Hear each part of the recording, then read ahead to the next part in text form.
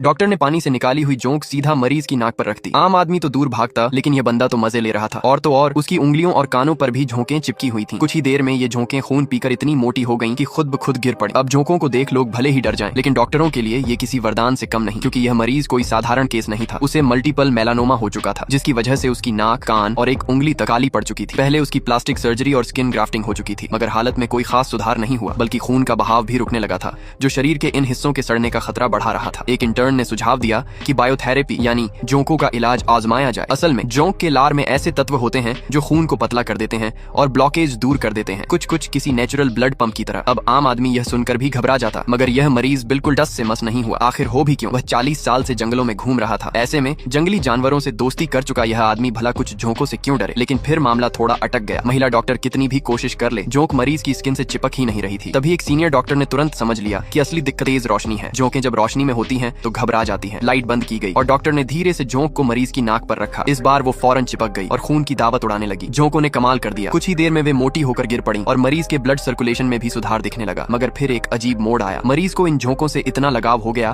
कि उसने ऐलान कर दिया, मैं इन्हें अपने पालतू जानवरों की तरह घर ले जाऊंगा।